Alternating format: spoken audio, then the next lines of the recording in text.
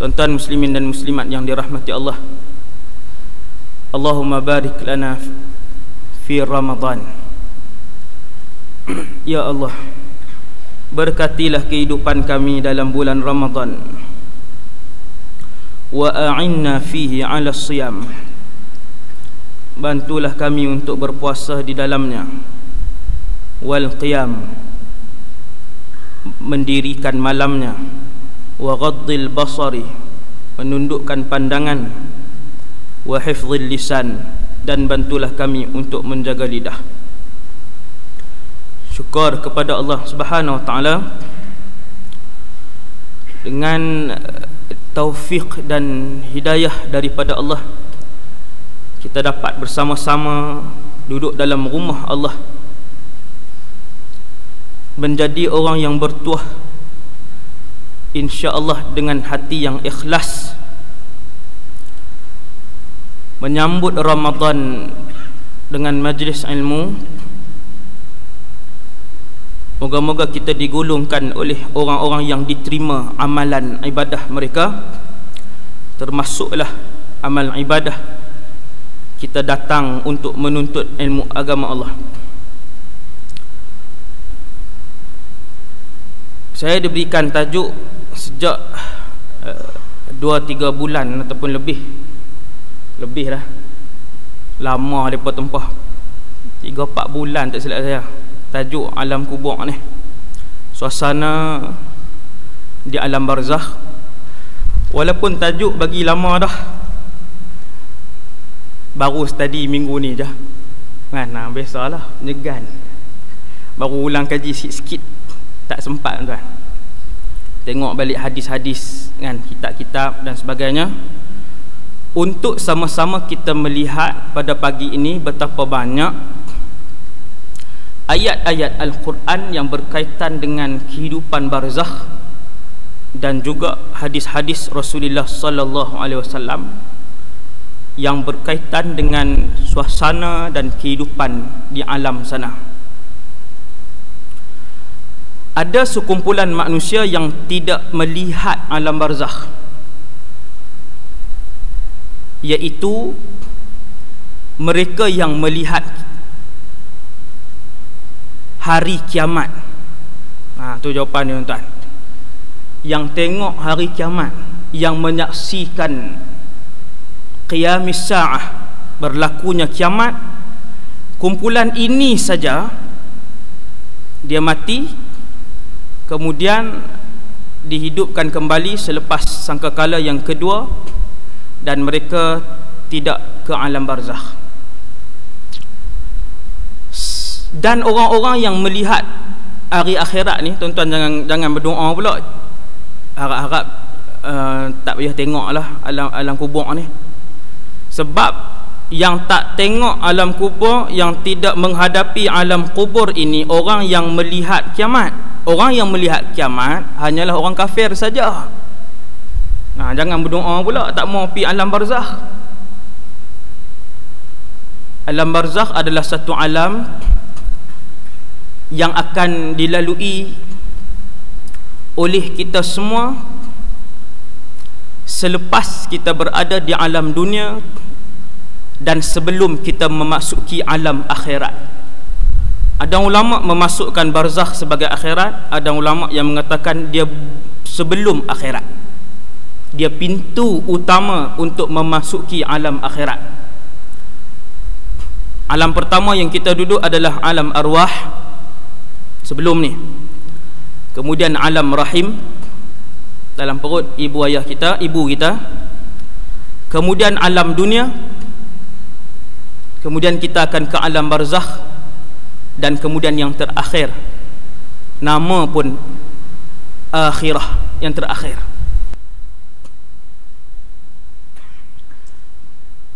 Para sahabat bagi tahu kepada kita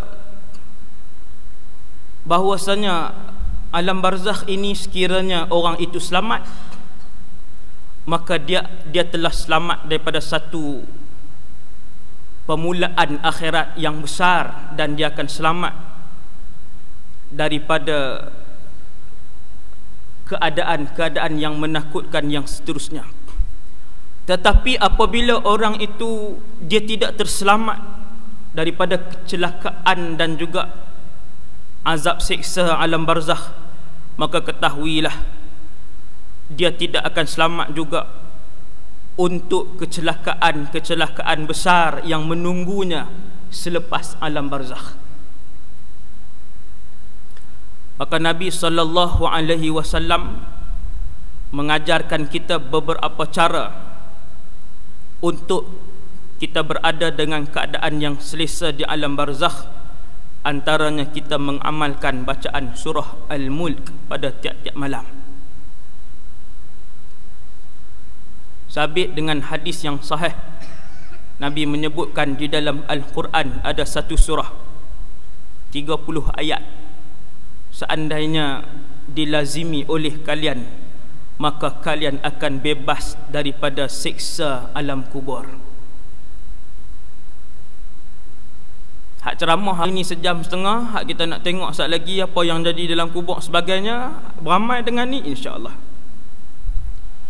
Dan satu lagi hadis yang tidak begitu kuat kedudukannya, tuan-tuan boleh tengok dalam kitab Tuhfatul Murid Syarah Jauharatit Tauhid karangan Syekh Al-Allamah Ibrahim Al-Bajuri.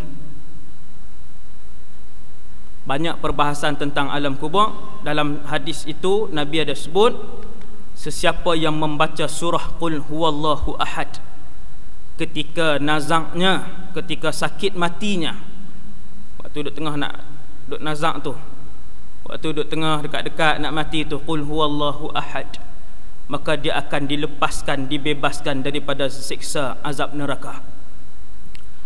Tuan-tuan sekalian, dunia ni macam ni lah.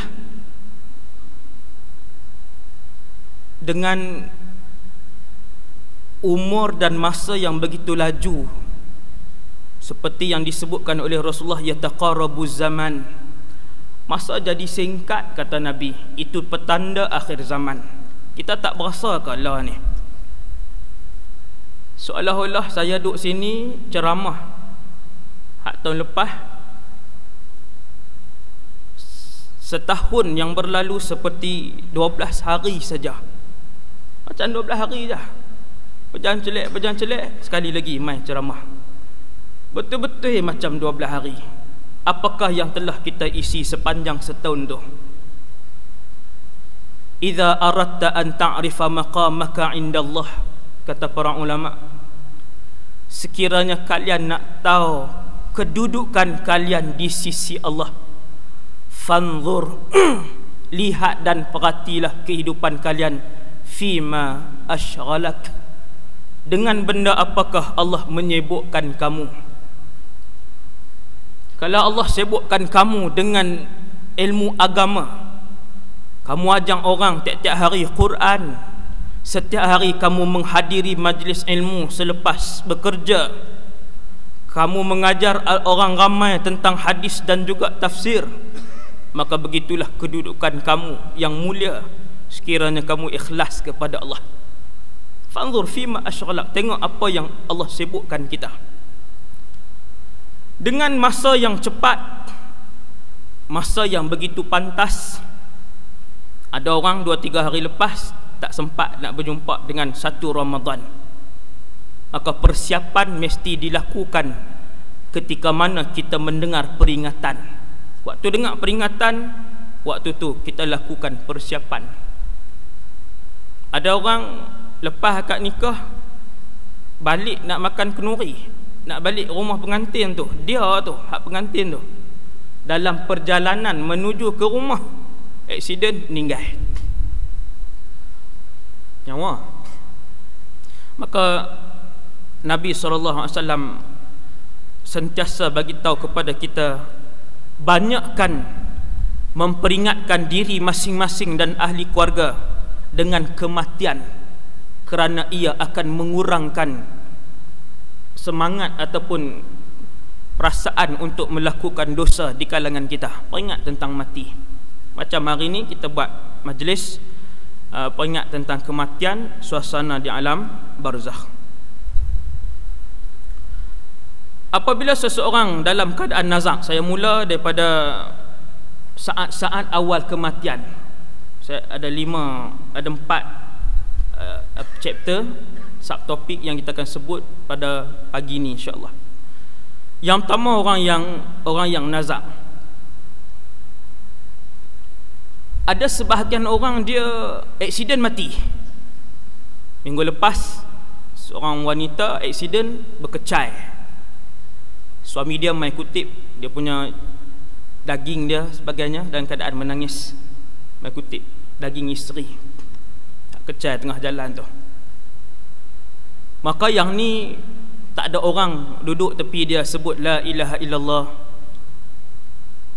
Yang ni dalam bahasa Arab dia panggil mautul faja'ah, kematian mengejut. Berenang, duk biasa berenang boleh, tak ada masalah. Tiba-tiba krem kaki duk tengah tu, tenggelam mati. Mautul faja'ah. Duk dalam rumah tak ada apa, duk tidur hari-hari tidur. Tiba-tiba satu malam terbakar rumah, mautul faja'ah. Dia kematian mengejut.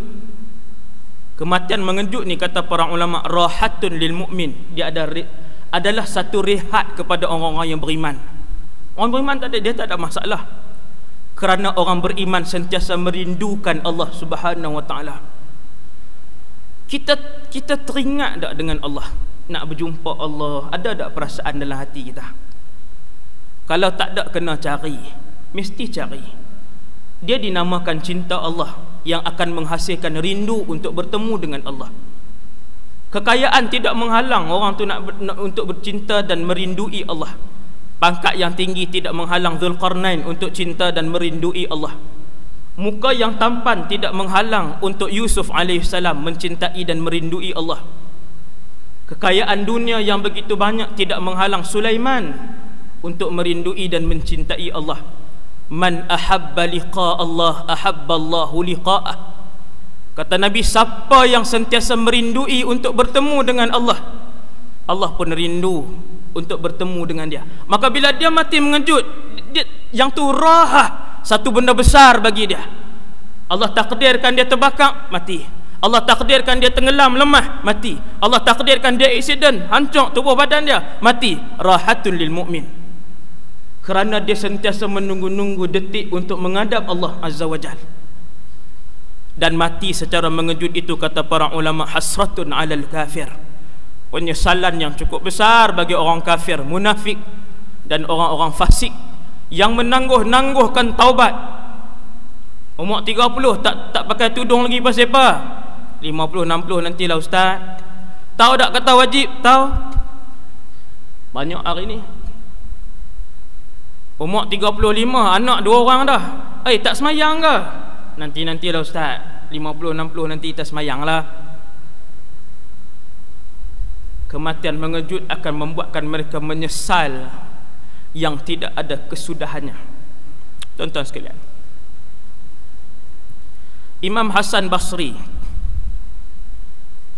dia lalu di tepi satu kumpulan orang teriak. Maka dia pun tanya,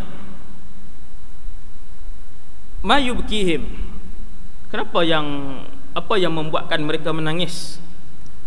Orang jawab, kematian ahli keluarga. Imam Hasan Basri kata, subhanallah, dia terkejut. Kalau kita biasa aja. Imam Hasan Basri ni imam dari segi ilmu dan wari' dia, zuhud dia. Bila dia lalu tepi satu keluarga teriak kepada kematian mereka, dia kata, subhanallah, maha suci Allah, falyabku ala anfusihim. Sepatutnya mereka menangis mengingatkan diri mereka, sebab ahli keluarga mereka yang mati tadi, dia telah selamat daripada 3 benda yang mereka belum selamat daripadanya. Tuan-tuan, ni hak mati tiap-tiap ahli keluarga kita yang mati meninggal dunia bertemu dengan Allah, 3 benda dia dah jumpa, dia dah rasa, kita belum. 3 benda tu sangat besar. Mana jauh minha ba'd, kata Imam Hasan Basri, yang mereka belum seselamat daripada 3 itu. Yang pertama, wajha malakil mauti wa qad ra'a. dia dah tengok rupa malaikat maut. Tengok dan dah selesai. Orang yang meninggal, dia tengok muka malaikat maut waktu dia duduk dalam rumah kita. Waktu kita duduk keliling dia tu, dia seorang saja yang tengok. Sebab tu kalau orang kafir tu dia terjelen, terbeliak biji mata tu. Kata Imam Hasan Basri, wajha malakil mauti wa qad ra'a. Dia dah tengok rupa paras malaikat maut, kalian belum. Wa mararatal mauti wa qad dhaq. Kesakitan mati dia dah rasa, kamu belum. Tuan-tuan, mak kita yang dah meninggal, ayah kita yang dah meninggal, mak menakan kita yang dah meninggal, mereka melebihi kita 3 benda. Ni yang keduanya, daripada rasa sakit mati yang semua orang akan rasa. Dia sempat lihat alam hari kiamat ke, dia tak dan tengok hari kiamat ke, kullu nafsin dha'iqatul maut. Tiap-tiap yang bernyawa akan rasa kematian. Saya yang bercakap dan kita semua. Lagi banyak kita ingat, lagi banyak kita mendoakan kepada Allah, Allahumma hawwin alaina fi sakaratil maut. Sekejap lagi tuan-tuan akan tengok para sahabat cerita. Para sahabat cerita yang duk nazak ni. Para sahabat yang dijumpai, mereka cerita kesakitan mati ni yang semua orang kan rasa, dan Nabi akan sebut. Dan yang ketiganya, wa makanahu fil jannati awin nari faqad araf. Kata Imam Hasan Al-Basri, dia kata kedudukannya di dalam syurga ataupun neraka dia dah tahu dah, orang yang mati. Macam mana? Sekejap kita tengok hadis dia. Hadis dia.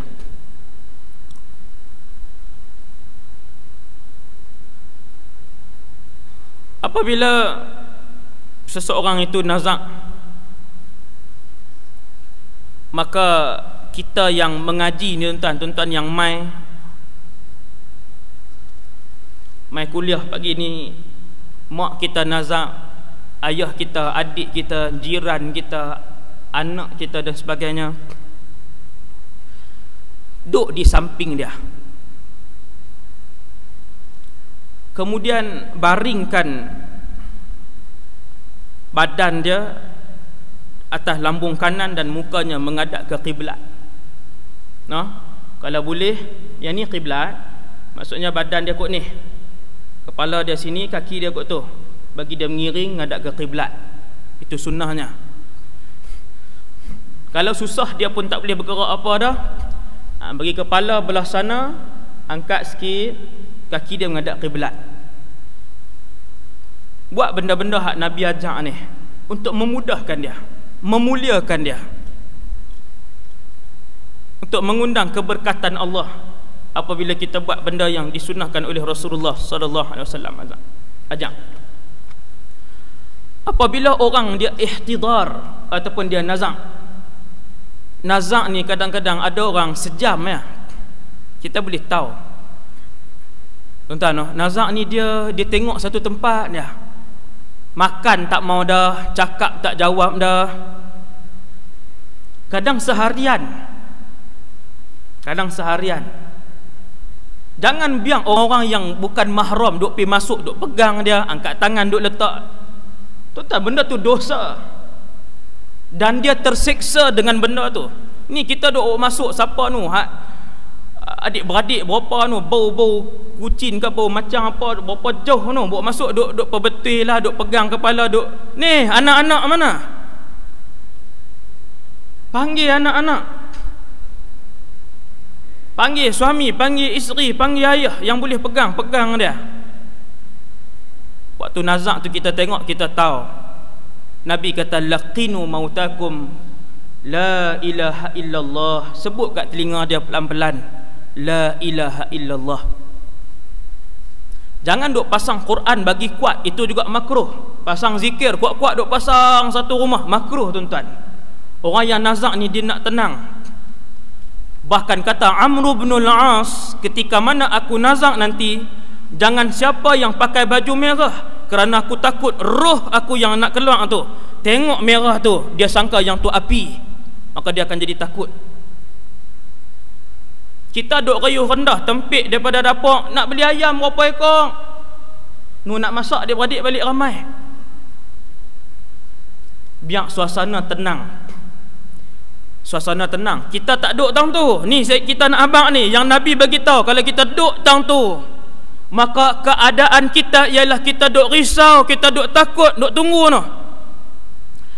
Pintu akhirat, dimensi pintu akhirat sedang dibuka sedikit demi sedikit. Sebab tu yang diam tak kata apa dah tu. Tuhan duk buka dah noh. Kita tengok. Malaikat Israel dalam perjalanan bersama dengan pasukannya. Pasukan dia tuan-tuan. Satgi tekan hurai. Duk satgi perasaan tak ada noh.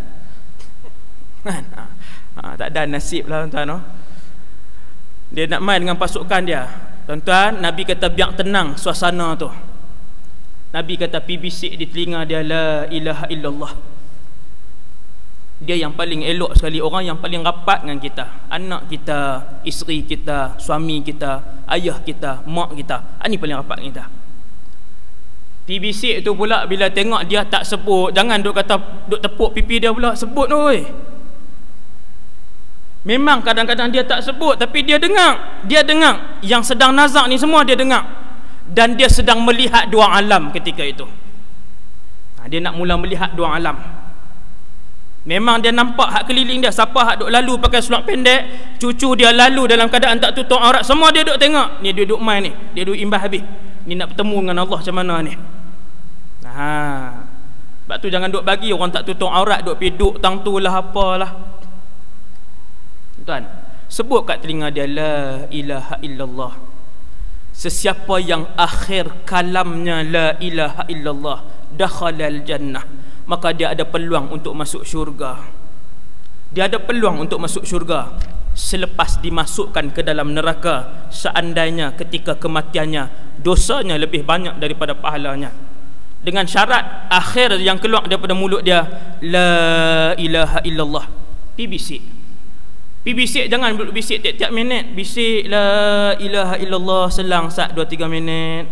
Bisik pula dengan lembut. La ilaha illallah, sebut ayah, kata. Nampak tuan-tuan? Hak ni kalau anak reti. Tak syarat ustaz tuan-tuan, tak syarat ustaz. Berapa ramai saya tengok yang bukan ustaz pun tapi reti. Orang-orang saleh yang mengaji. Dia pangku kepala ayah dia, kepala ibu dia, la ilaha illallah. Untung mak ayah ni. Kemudian Nabi kata, iqra'u ala mautakum yasin, baca yasin. Ada hadis noh, tak hidup bid'ah pula. Ni geng bid'ah payah agak ni.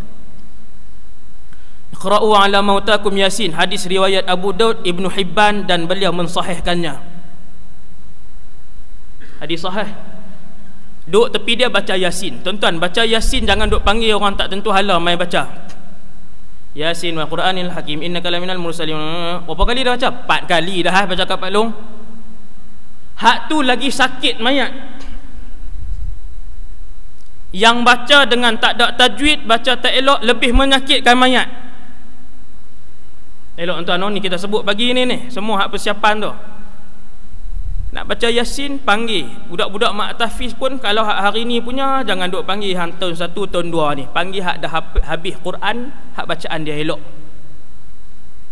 Kita sendiri baca, anak-anak sendiri baca dengan elok, dia mendapat manfaat, dia mendapat ketenangan daripada situ. Orang yang nak sakit, nak mati ni, tak tahu kita salah seorang. Dalam masjid ni kita jadi salah seorang, boleh jadi 2 orang, 3 orang. Para ulama kata dia kena husnuzan dengan Allah Subhanahu wa taala. Tuan-tuan ingat tuan-tuan, saya hak duk cakap, kita bila duk nazak husnuzan dengan Allah. Husnuzan macam mana? Kita bersangka baik bahawa kita akan menghadap Allah yang Maha Pemurah lagi Maha Penyayang. Maka Allah ini akan mengampunkan dosa kita. Zan macam tu. Kita zan macam tu, berbaik sangka dengan Allah, kerana Nabi sebut ana inda husni dhanni abdi bi. Aku akan berada pada sangkaan baik hambaku kepadaku. Bila seseorang tu mati, tak kiralah siapa pun, mak ayah kita, anak kita sebagainya, tutup mata dia. Siapa tu? Nabi buat benda ni, saya sebut ni semua Nabi buat. Yang tu hadis Imam Muslim nombor 920. Nabi tutup kepala mata dia. Sebab orang mati dia akan terbuka mata.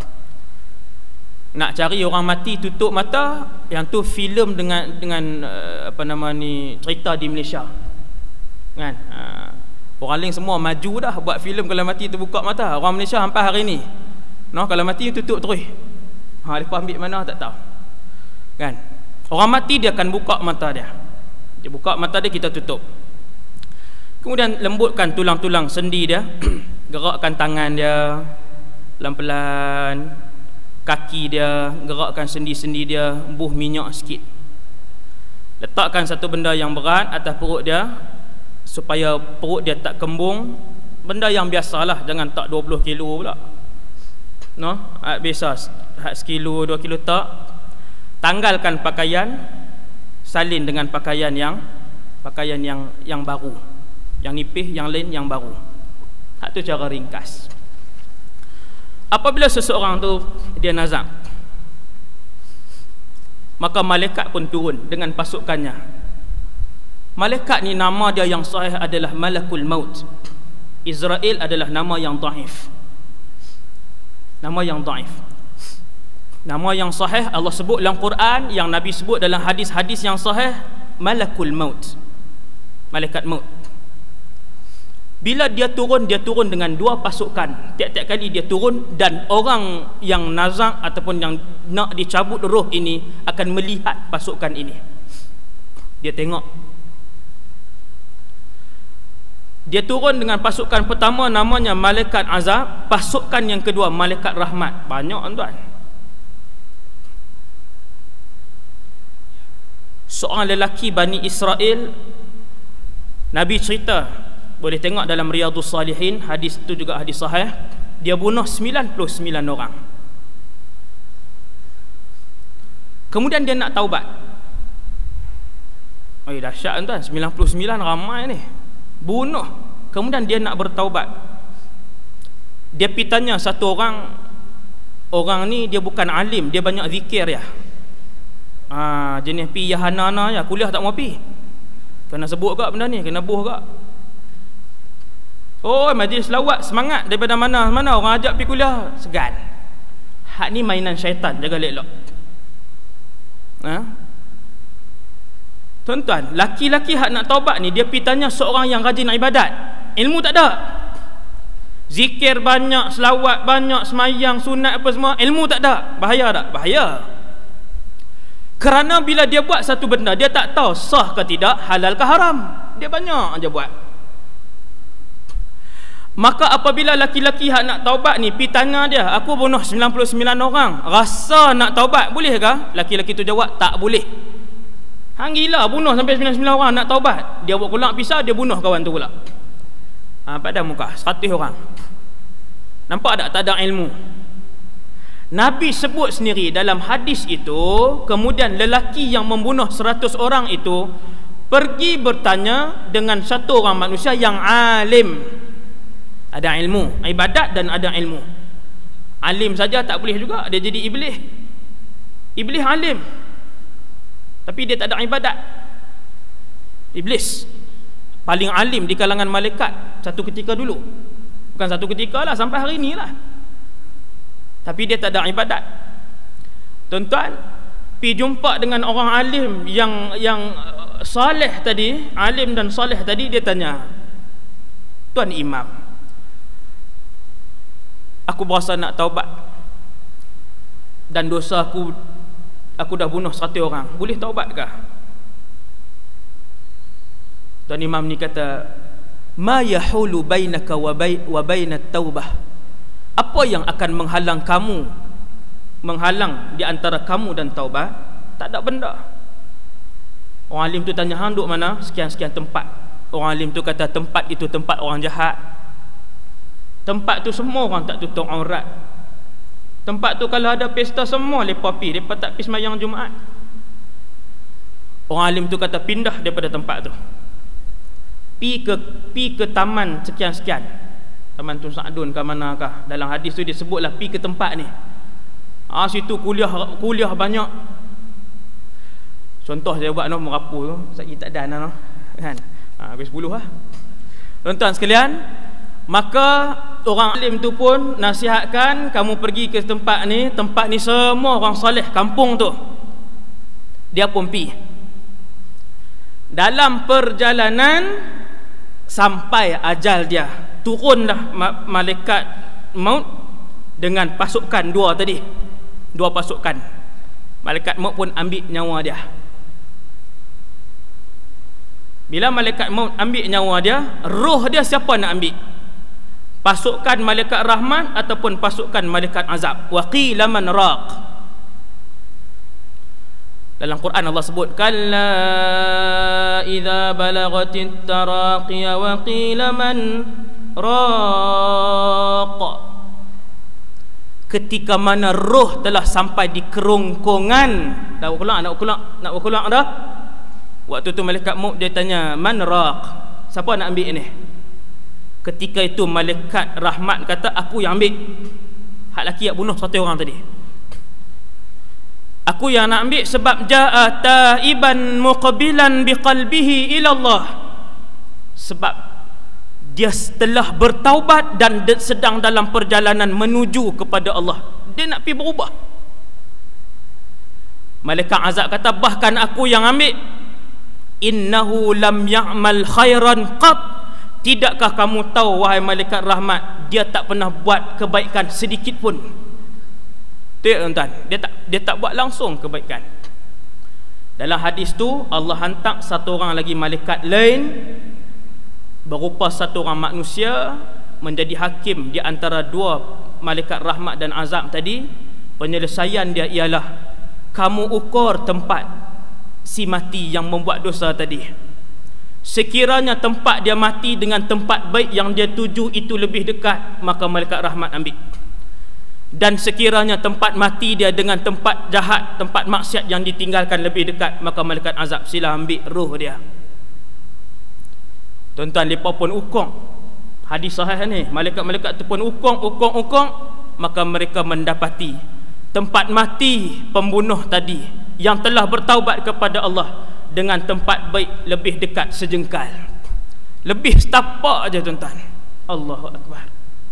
Lebih setapak saja. Faqasu fawajaduhu shibran ilal ardi tayyib aqrab. Mereka pun ukur, mereka mendapati mayat itu lebih dekat sejengkal dengan tempat baik yang sedang dia tuju. Malaikat rahmat pun ambil pergi mana? Kita tengok hadis ni. Hadis lain pula, kemana roh baik yang dicabut dibawa dan kemana roh jahat yang dicabut dibawa. Nak pergi ke mana kita ni? Allahu a'lam. Wallahu a'lam. Banyakkan berdoa tuan-tuan sekalian. Banyakkan berdoa. Nah, ketika malaikat maut tarik seorang sahabat nama dia Abdullah bin Abbas, dia tengok satu sahabat lain nama Amr ibn As duduk tengah nazak tuan-tuan, tapi sahabat. Ibnu Abbas tanya dia, apa yang kamu rasa wahai Ibn As? Lah ni apa kamu rasa lah ni? Ibn As duk jawab ketika tu, dia jawab, dia kata ka'annani usfurun ala miqlati zait. Dia kata aku ni seperti seekor burung yang duduk di dalam satu mangkuk ada minyak. Burung tu duduk dalam mangkuk yang ada minyak, tahtaha niran, bawah dia duduk naik api. Burung ini la yastati'u an yatira fayanju. Dia nak terbang untuk selamat pun tak boleh, dia nak mati pun tak boleh. Hak ni perasaan ataupun apa yang dirasai oleh satu orang sahabat nama dia Amr ibn al-As. Dia rasa tuan-tuan, dia yang tu dia. Nak nafas tak boleh, nak lepas tak boleh, nak mati tak boleh, nak lepas diri tak boleh. Tu keadaan yang mati tu, orang yang ditarik nyawa dia. Kata Sayyidatuna Aisyah, Rasulullah SAW kalau cerita tentang kematian Rasulullah panjang. Nabi Hadis yang masyhur, hak Nabi sebut waktu kematian dia, Nabi kata apa? Ala inna lil mauti la sakarat. Nabi kata, alangkah ketahuilah, sesungguhnya bagi mati itu ada kesakitan. Tuan-tuan, adakah Nabi merasakan kesakitan ketika mati? Jawapan dia, ya. Sebahagian dari kesakitan dirasai oleh Rasulullah. Tuan-tuan buka dalam kitab Mustika Hadis, ada hadis sahih riwayat Sayyidatina Aisyah, aku tidak pernah cemburu ketika melihat orang lain yang mati dengan mudah. Tak ada apa, mati senang. Setelah aku melihat sakarat Rasulullah ketika kematiannya. Berpeluh Nabi ni, jaga pitam, jaga pula pitam pula, jaga pula pitam pula. Nabi sebut ala inna lil mauti la sakarat. Orang sedia ayak di tepi Nabi, Nabi celup, capur muka dia, celup tangan, sapu di muka dia. Ala inna lil mauti la sakarat. Kata para ulama, kesakitan yang dirasai oleh Rasulullah itu adalah buah yang terakhir daripada Allah untuk meletakkan Rasulullah pada satu tempat yang paling tinggi. Tak ada orang, tuan-tuan, tidak ada makhluk yang lebih tinggi maqamnya daripada Nabi sallallahu alaihi wasallam. Orang bahas, ulama bahas, bukan saya, ulama bahas. Betul ke ustaz, orang duk sebut kata siapa yang kematian dia elok ni nampak peluh lah, dia senyum ke apa ke, hari kematian dia turun hujan. Yang tu bukan qaul yang muktamad, dan yang tu bukan daripada Nabi sallallahu alaihi wasallam. Ingat tuan-tuan, no? Hak tanah kubur tu kan. Tanah kubur semua macam tu. Sagi muka merah, sagi macam-macam lah.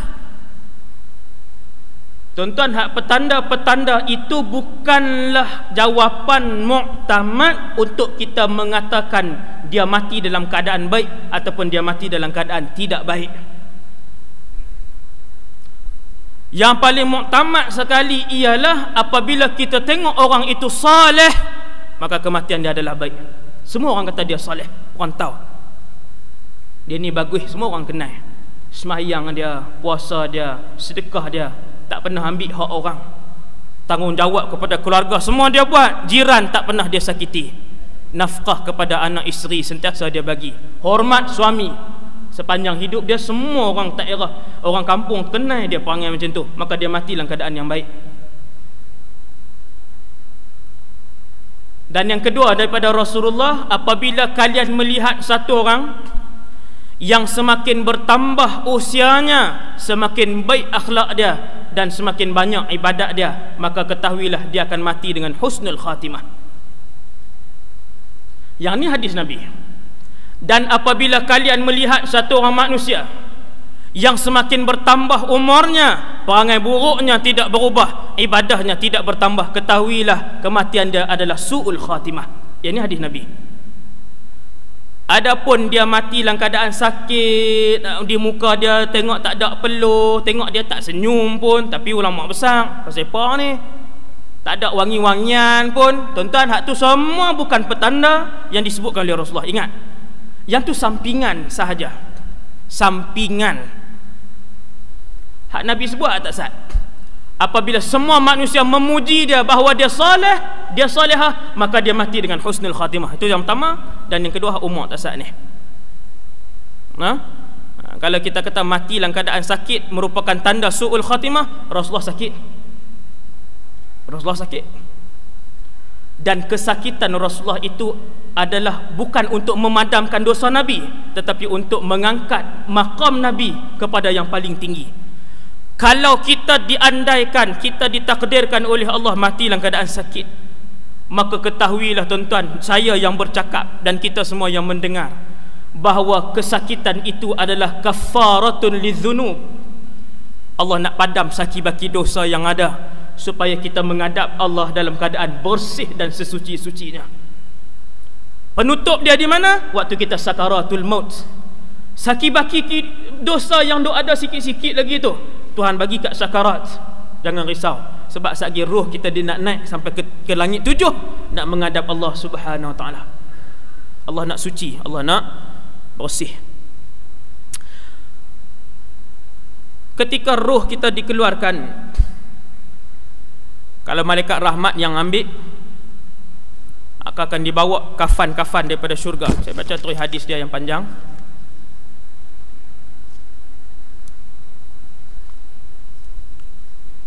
Sekiranya orang yang mati tadi adalah orang yang baik, maka ruhnya adalah ruh yang wangi. Wangi keluar. Wangian itu dapat dicium oleh kesemua para malaikat. Dan sekiranya ruh tadi ruh orang yang banyak dosanya, jauh sangat daripada Allah, maka ruhnya sangat busuk. Dosa dia ada bau dia, tuan-tuan. Ni waktu kita hidup ni pun, sebelum mati, dosa ada baunya. Amal ibadat juga ada baunya yang wangi. Apabila seorang tu buat dosa atas muka bumi ni, waktu kehidupan dia, sekiranya bau itu dapat dicium oleh muslim yang lain, ma jalasa muslimun bijanibi muslimin, nescaya tidak akan ada orang Islam yang duduk tepi orang Islam yang lain. Terlalu busuk. Tapi benda tu kita akan bau nanti waktu malaikat maut dia tarik nyawa kita. Waktu tu kita boleh bau. Dan semua penduduk langit bau, sama ada wangi ataupun busuk. Tuan, kemudian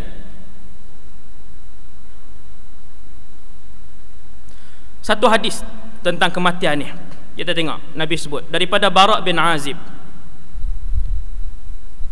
Satu hari, kata para sahabat, kami keluar dengan Nabi SAW mengiringi satu jenazah. Seorang lelaki daripada Ansar. Kemudian kami pun sampai di perkuburan.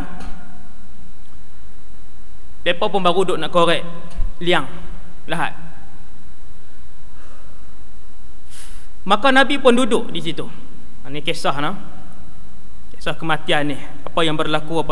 Nabi pun duduk. Wajalasna haulah. Tuan-tuan, ramai semua pakat pi.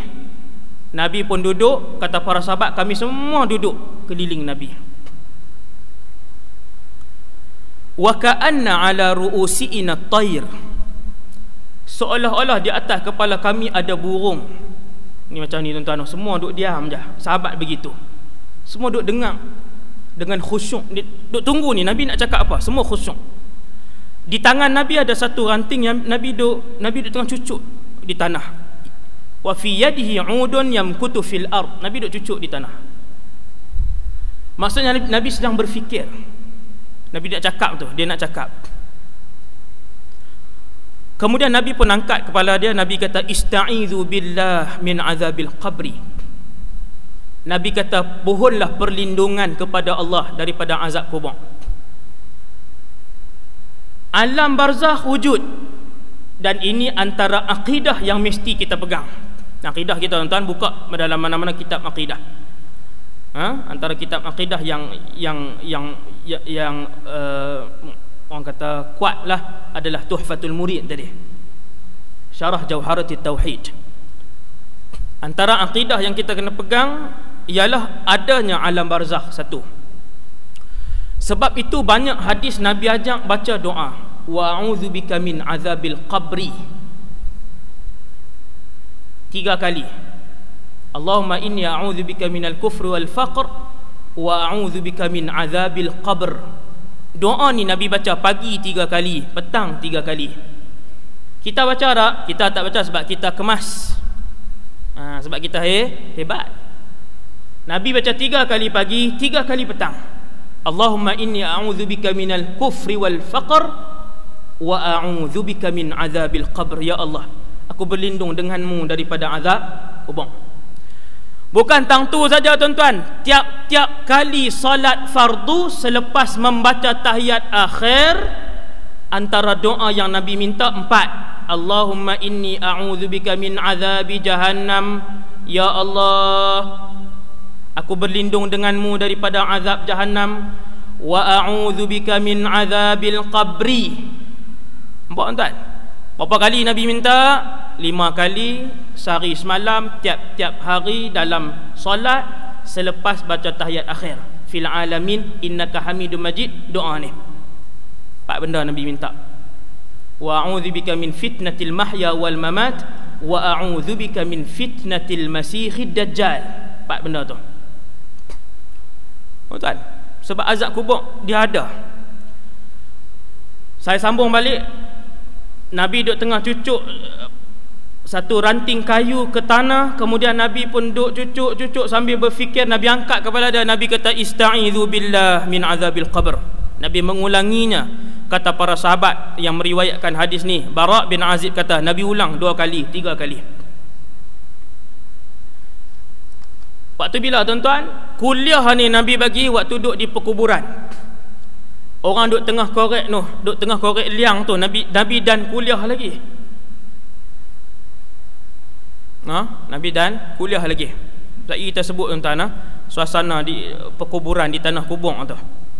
Kemudian Nabi kata sesungguhnya seseorang mukmin itu apabila dia meninggalkan dunia dan dia kembali kepada akhirat, maka turun kepadanya para malaikat bidul wujuh, muka-muka mereka putih bersih, ka'anna wujuhahumus syams, seakan-akan wajah-wajah mereka matahari. Ramai tuan-tuan, hak nak turun ni ramai. Siapa hak nampak? Orang hak nazak dan orang yang meninggal itu nampak, walaupun jasad dia masih lagi di rumah kita, masih lagi di dalam masjid. Dia dah nampak habis dah. Dia turun mai, Nabi kata akan turun mai malaikat. Hak ni kalau jenazah baiklah. Malaikat-malaikat yang muka berseri-seri. Malaikat maut pun begitu tuan-tuan. Jangan risau. Orang yang soleh, malaikat maut dia tak mai garang-garang. Tengok tuan-tuan, tadi Nabi sebut malaikat-malaikat yang berwajah berseri-seri tadi datang membawa kafan daripada syurga yang berwangi-wangian dan bau wangi-wangian daripada syurga. Seluruh makhluk bau kecuali jin dan manusia. Semua makhluk nampak kecuali jin dan manusia. Turun tuan-tuan. Hatta tajlisu minhu maddal basar. Orang yang mati tu, yang kita tak atas apa nama ni, katil tadi ni, dia duk tengok tu mai daripada jauh bersusun-susun para malaikat. Kesemuanya wajah-wajah yang berseri seperti matahari yang sedang bersinar. Thumma yaji'u malakul maut, kemudian malaikat maut mai kat dia alaihi salam. Nabi sebut malakul maut alaihi salam.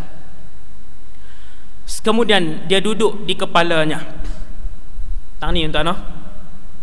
Yang lain saya tak tahu, duduk di tengah perut betul-betul pusat, duduk di kaki ke di manakah, wallahu a'lam.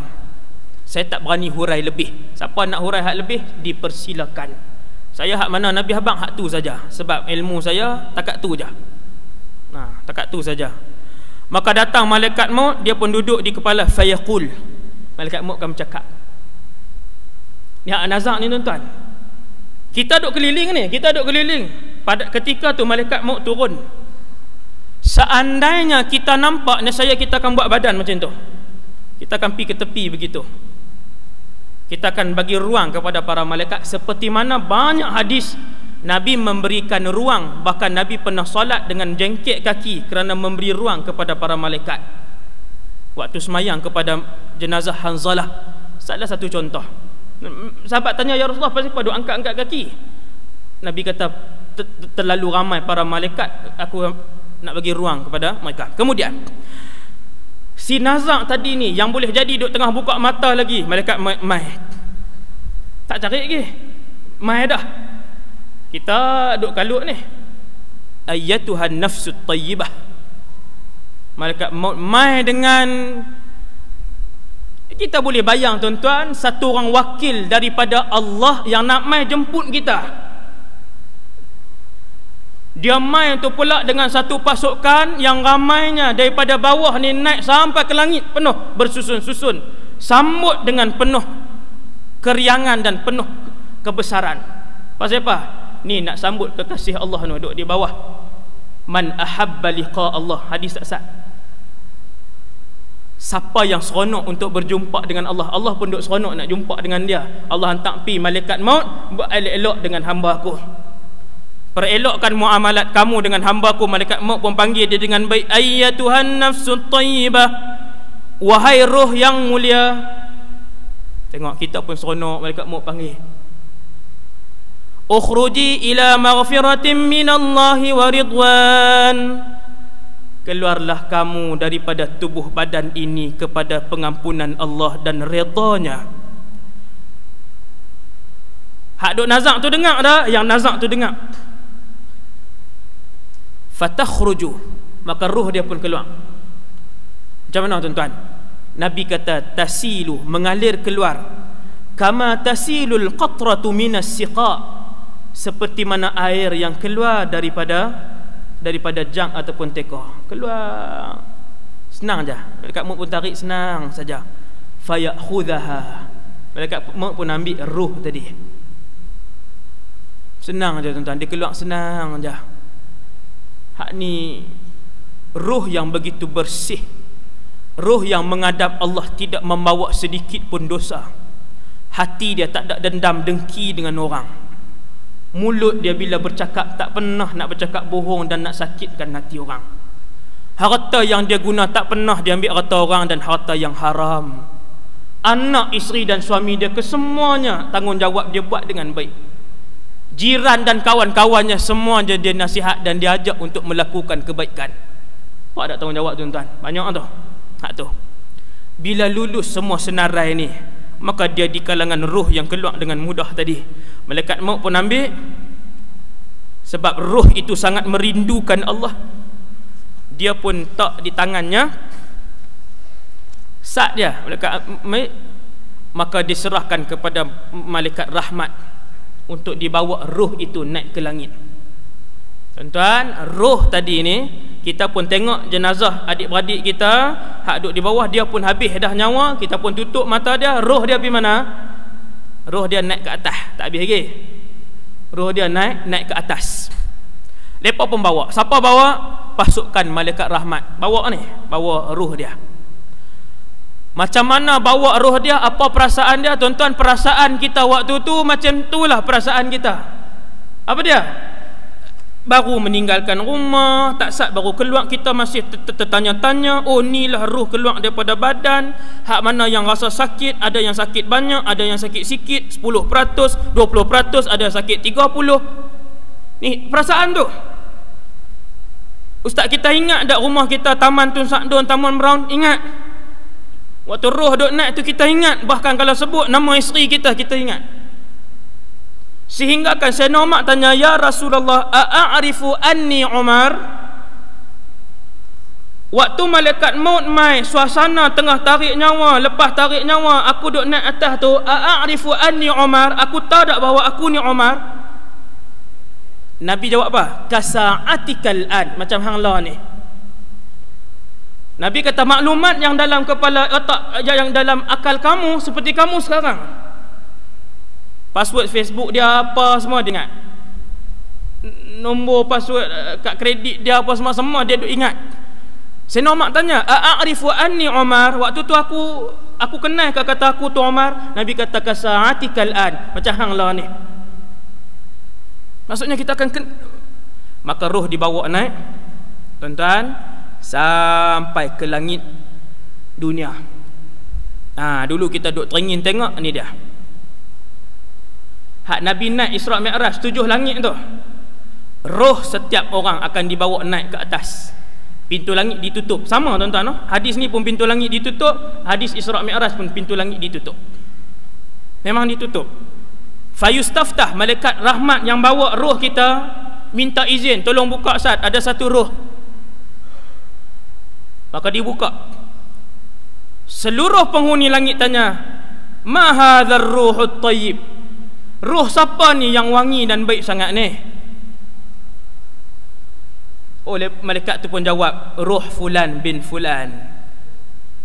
Bila malaikat rahmat tu jawab, dia jawab dengan nama yang paling disukainya di dunia. Nabi kata bi ahabbi asma'ihi fid dunya. Dunia dulu dia suka orang panggil dia apa? Oh, dia suka orang panggil dia Datuk Seri Tun apa semua tu, bubuh semua hak depan tu. Hak itulah panggilan yang paling dia seronok orang bubuh senarai tu. Maka di langit esok orang panggil dia, malaikat akan seru dia dengan panggilan tu. Ataupun apa saja nama yang dia seronok kalau orang panggil dia dengan nama tu, maka nama itulah yang akan dipanggil. Naik langit kedua, tutup. Malaikat rahmat yang bawa dia tadi, yang iring dia ramai-ramai tadi ni, minta izin untuk buka. Mereka pun buka. Malaikat seluruh penduduk langit kedua kata, ma hadzal ruhut tayyib, ruh siapa ni, wangi baik ni. Macam itulah sampai ke langit kedua, ketiga, keempat, sampai ke langit ketujuh. Langit ketujuh dibawa menghadap Allah. Fayaqulullah, kata Nabi, maka berkata Allah, uktubu kitab abdi fil illiyin, tuliskan buku hambaku pada satu tempat yang bernama Illiyin. Selamat dia. Illiyin ni satu tempat untuk orang-orang soleh. Maksudnya kalau buku amalan dia di sana, amalan dia ada di sana, maka yang tu orang-orang soleh. Ingatlah tuan-tuan, kalau nama Tuhan sebut Illiyin, orang soleh lah kita, baguslah kita. Ada satu lagi nama saya kita tengok, kemudian Allah sebut pada roh yang baik itu, kembalikan dia ke bumi. Nampak tuan-tuan? Rupanya dia akan turun balik. Sebab dalam syurga dan neraka sekarang ni tidak ada lagi siapa-siapa pun yang mendapat rahmat, nikmat dalam syurga, dan belum ada satu orang manusia lagi pun yang mendapat azab dalam neraka sekarang ni. Tu roh para nabi apa semua tuan-tuan, Ustaz, roh para nabi, rasul ke, orang wali ke apakah, semua tak ada lagi dalam syurga. Bahkan Abu Jahal, Abu Lahab apa semua, roh mereka belum ada dalam neraka, semua di alam barzakh ataupun orang kafir di satu tempat. Kemudian Allah Ta'ala kata balik roh dia ke jasad dia,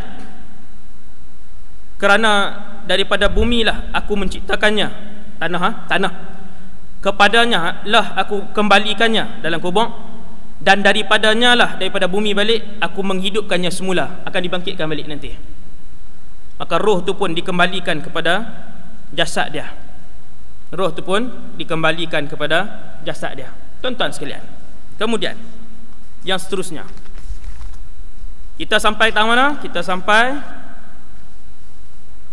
roh tadi kembali kepada jasad dia.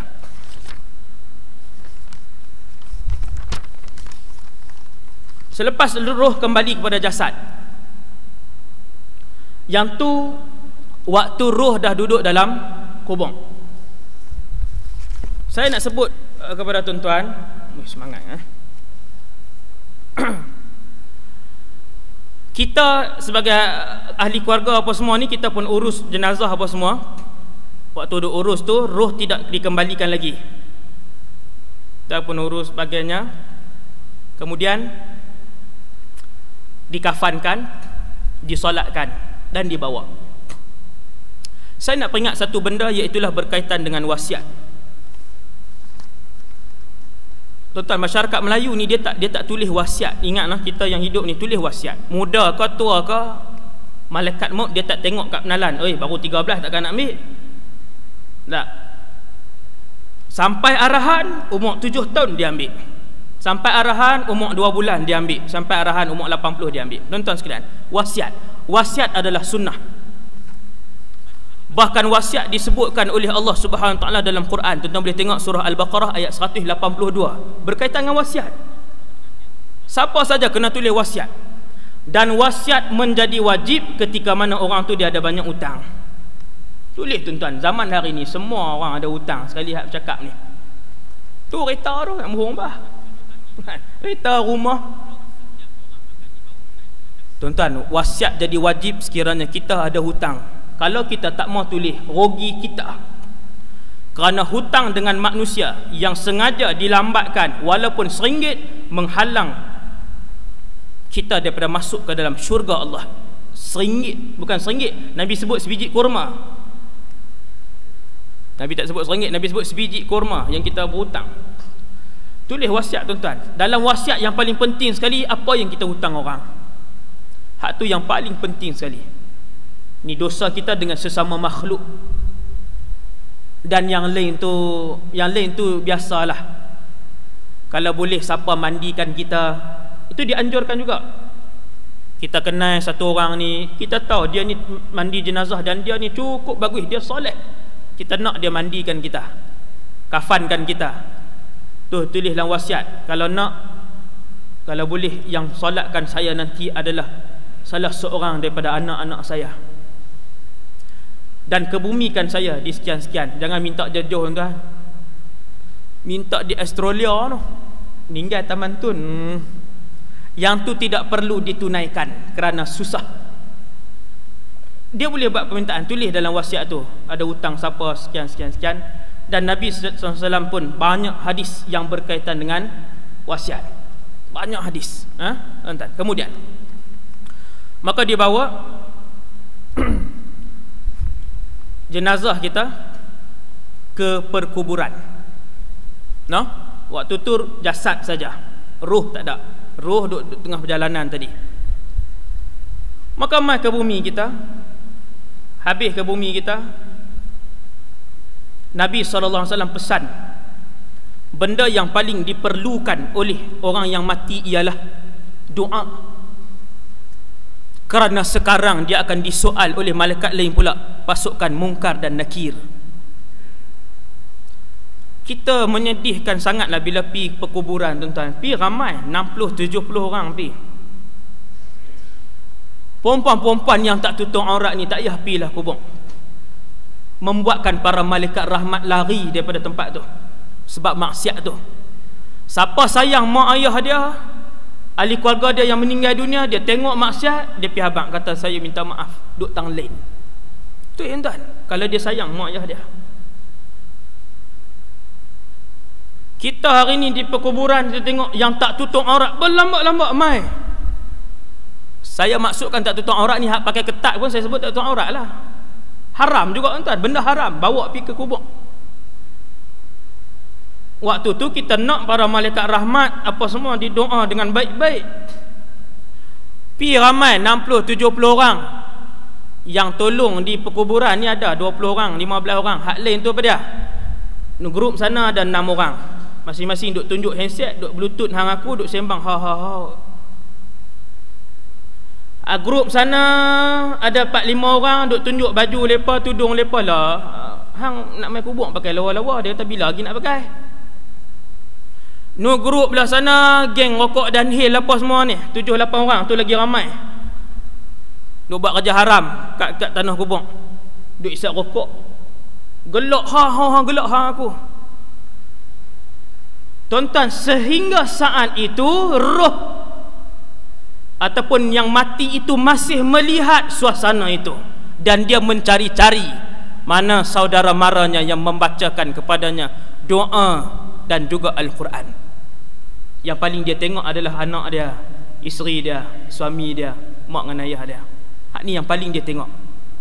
Hak ni yang paling dia cari roh waktu tu. Dia masih melihat seawal dia ditarik nyawa dalam rumah tadi tuan-tuan, sampai nak masuk tu dia duk tengok lagi siapa yang buat apa ni, yang duk buat apa, dia duk tengok lagi.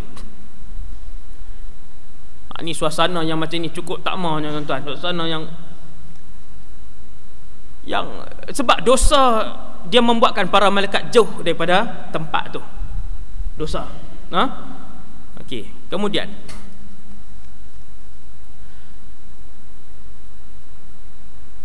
dia pun dimasukkan jasad kita lah, jasad kita. Orang pun ambil, pun masuk. Tanam. Baca talqin ke tak baca talqin, ikutlah benda sunat. Baca pun tak apa, tak baca pun tak apa. Nabi buat tazkirah terus tadi tuan-tuan. Nabi buat tazkirah terus. Maka laki-laki tadi pun ataupun si jenazah tadi dimasukkan. Malaikat mai terus ke? Tak lagi. Kita yang duduk atas ni hak teriak, hak tak teriak, hak buat teriak, hak ingat kata mayat sebagainya lah. Pakat balik.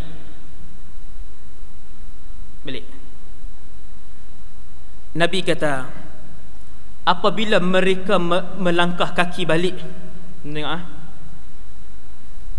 mayat dan ruh yang ada tadi ni, hatta yasma'a qar'ani alihim. Ini juga disebut dalam hadis yang sahih.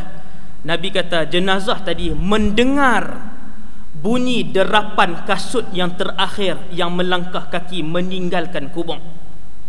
Nampak tak tuan-tuan? Dia nampak, bahkan dia dengar semua.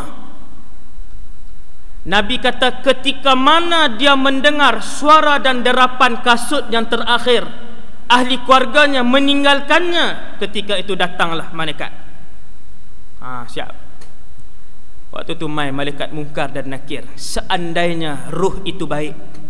Waktu ni yang ruh dikembalikan kepada jasad, tuan-tuan. Waktu ni. Waktu tu ruh masuk balik ke dalam jasad, dikembalikan ke dalam jasad. Waktu ni kalaulah rohnya baik, mai satu orang kat dia. Mai satu orang kat dia, rupa yang elok. Dia pun tanya, man ant? Roh tadi bercakap, roh dengan jasad tadi, dia kata, hang siapa? Dengan rupa parah yang baik, rupa yang berseri-seri, kamu ini tidak dilihat kecuali dalam kebaikan. Roh tadi pun kata apa, tuan-tuan?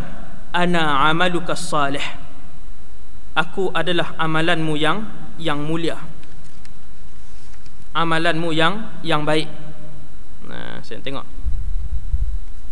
Ana jali suka hatta taqum as-sa'ah. Aku akan duduk di sisi kamu sampailah berlakunya kiamat.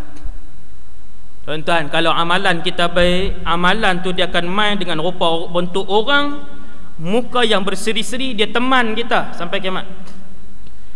Kemudian dia bagi tahu pula, saufa ya'ti kamalakan. Dia kata fulan, dia panggil nama kita, amalan kita ni, haduk tepi kita. Dia kata ni, sekejap akan main dua orang malaikat. Jangan takut.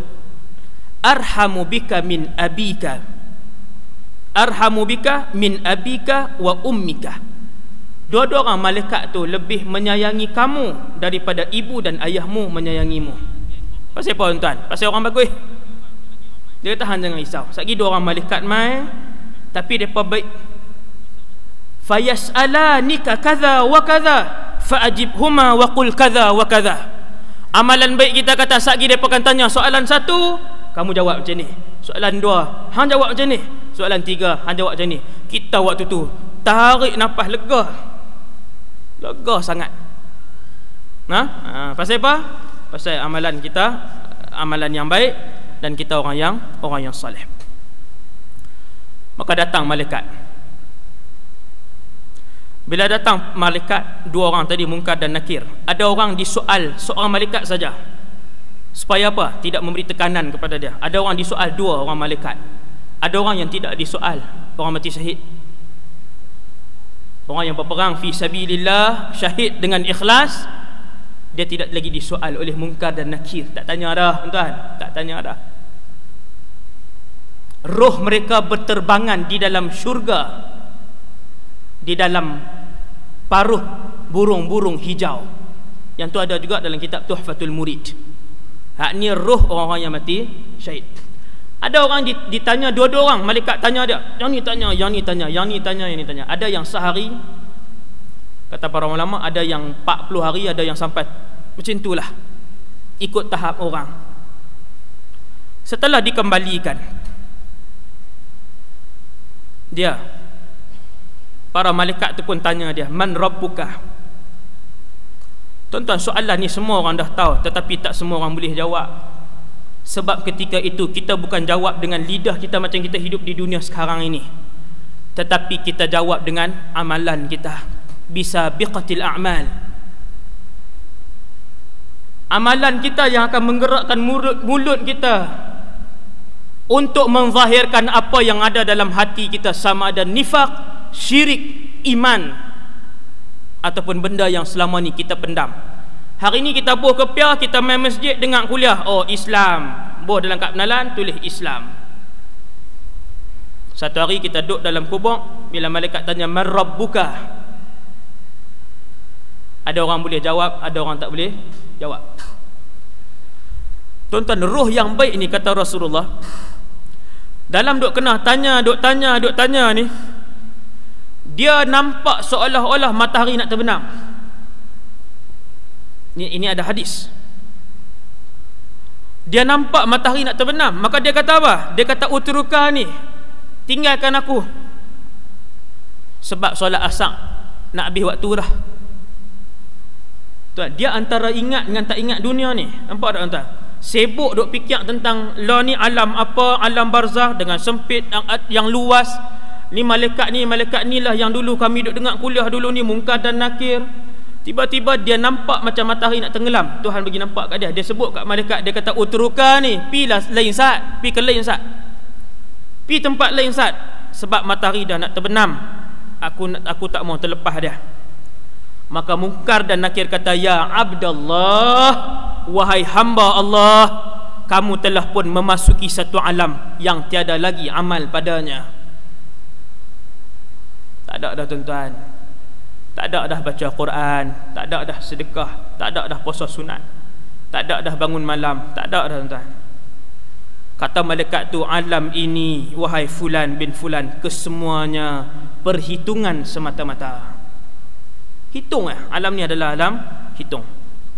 Nabi kata, malaikat kedua Munkar dan Nakir tadi pun tanya kepada orang soleh tadi, roh yang soleh, man rabbuka? Dia jawab, Rabbi Allah, agama aku Allah, Tuhanku Allah.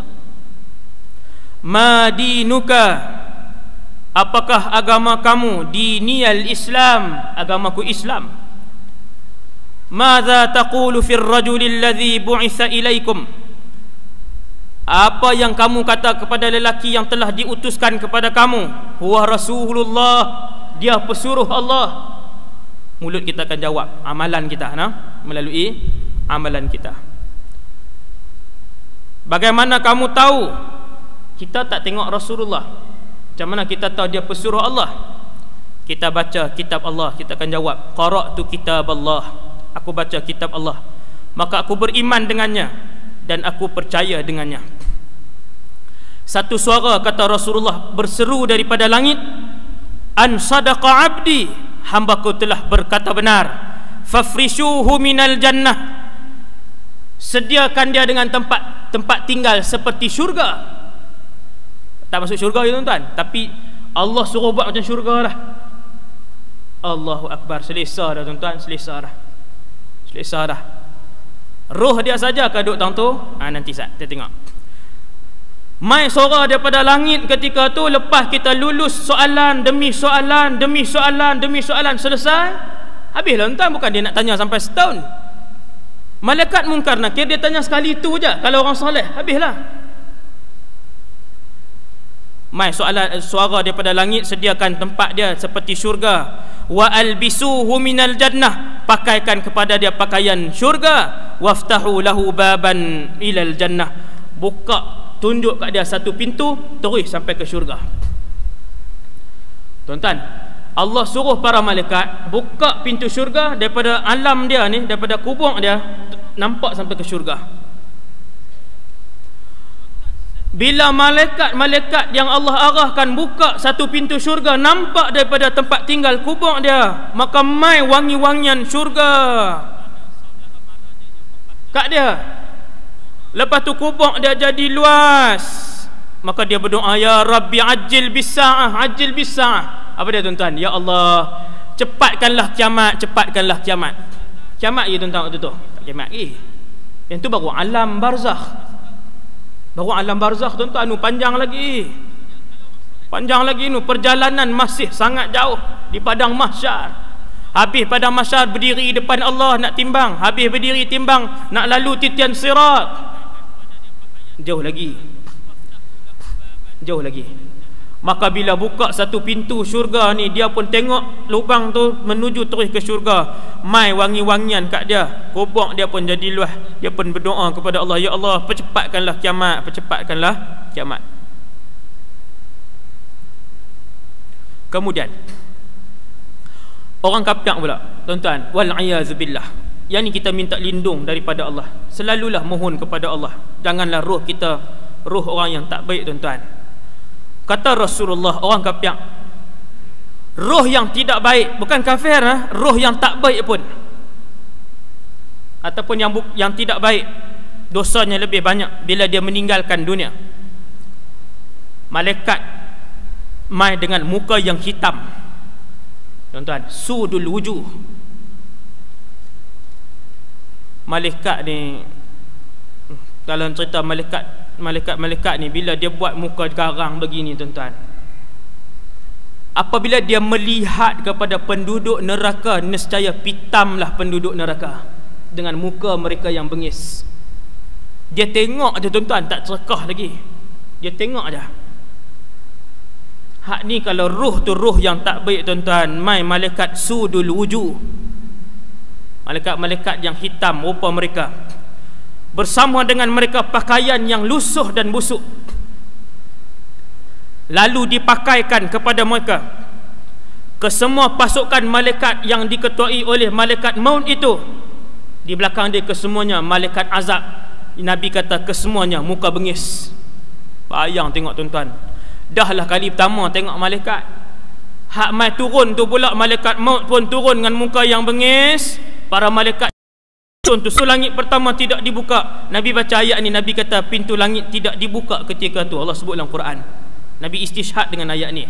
Wala yadkhulunal jannah, mereka takkan masuk dalam syurga hatta yalijal jamalu fi sammil khiyat, sehinggalah seekor unta boleh masuk ke dalam lubang jarum, barulah puak-puak ni masuk syurga. Tuan-tuan, lubang jarum, unta nak masuk bila? Jawapan dia tak masuk dah. Samalah seperti mana roh-roh busuk, roh-roh hina yang membawa dosa yang begitu banyak, yang tak heran buat dengan orang kerosakan di atas muka bumi Allah. Dia naik esok, Tuhan tutup pintu langit, hang jangan masuk. Pergi ke mana? Sekejap kita tengok. Allah pun sebut dalam keadaan pintu langit tidak dibuka, Tuhan pun sebut dengan satu seruan, uktubu kitabahu fi sijjin. Ini nama tempat tak elok, sijjin. Amalan-amalan orang yang tak elok duduk di sijjin. Allah sebut dalam Quran kataan sijjin, kalla inna kitabal fujjari lafi sijjin. Nampak tuan-tuan? Buku-buku amalan orang-orang yang fajir, yang fasik ada dalam sijjin. Kita nak illiyin tuan-tuan, kita nak illiyin. Apa jadi tuan-tuan? Nabi kata fatutrahu ruhuhu tarha, kemudian dicampak rohnya. Hina sungguh dah ni, hina sungguh dah. Dahlah tadi tak boleh masuk, Allah campakkan pula roh dia, wal a'yadzubillah. Banyak-banyaklah pohon kepada Allah tuan-tuan sementara kita duduk hidup ni. Nabi baca pula Quran. Ayat Quran bila Nabi kata roh mereka dicampak, Nabi baca pula ayat Quran surah Al-Hajj ayat 31. Wa man yusyrik billahi faka'annama kharra minas sama' fatakhtafuhu at-tayru aw tahwi bihi ar-ruhu fi makanin sahiq. Sesiapa yang mensyirikkan Allah, seolah-olah dia jatuh daripada langit kemudian disambar oleh burung, ataupun dihumbankan rohnya pada satu tempat yang membinasakan.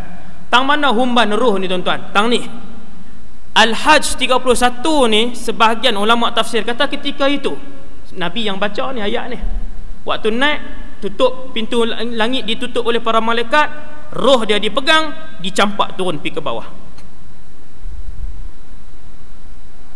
Pergi mana tuan? Kembali ke dalam jasadnya, masuk balik jasad dia. Sebab apa? Nak tanya dulu. Masuk balik dalam jasad dia, maka datanglah dua malaikat, Munkar dan Nakir. Malaikat Munkar dan Nakir pun mai tanya dia, man rabbuka, siapa Tuhan kamu? Tuan-tuan, Nabi kata dia jawab apa? Dia jawab la adri. Dalam bahasa Arab ni dia nganga. Ketika itu dia faham soalan itu, iaitulah siapa Tuhan kamu. Jawapannya mudah saja, Tuhanku Allah.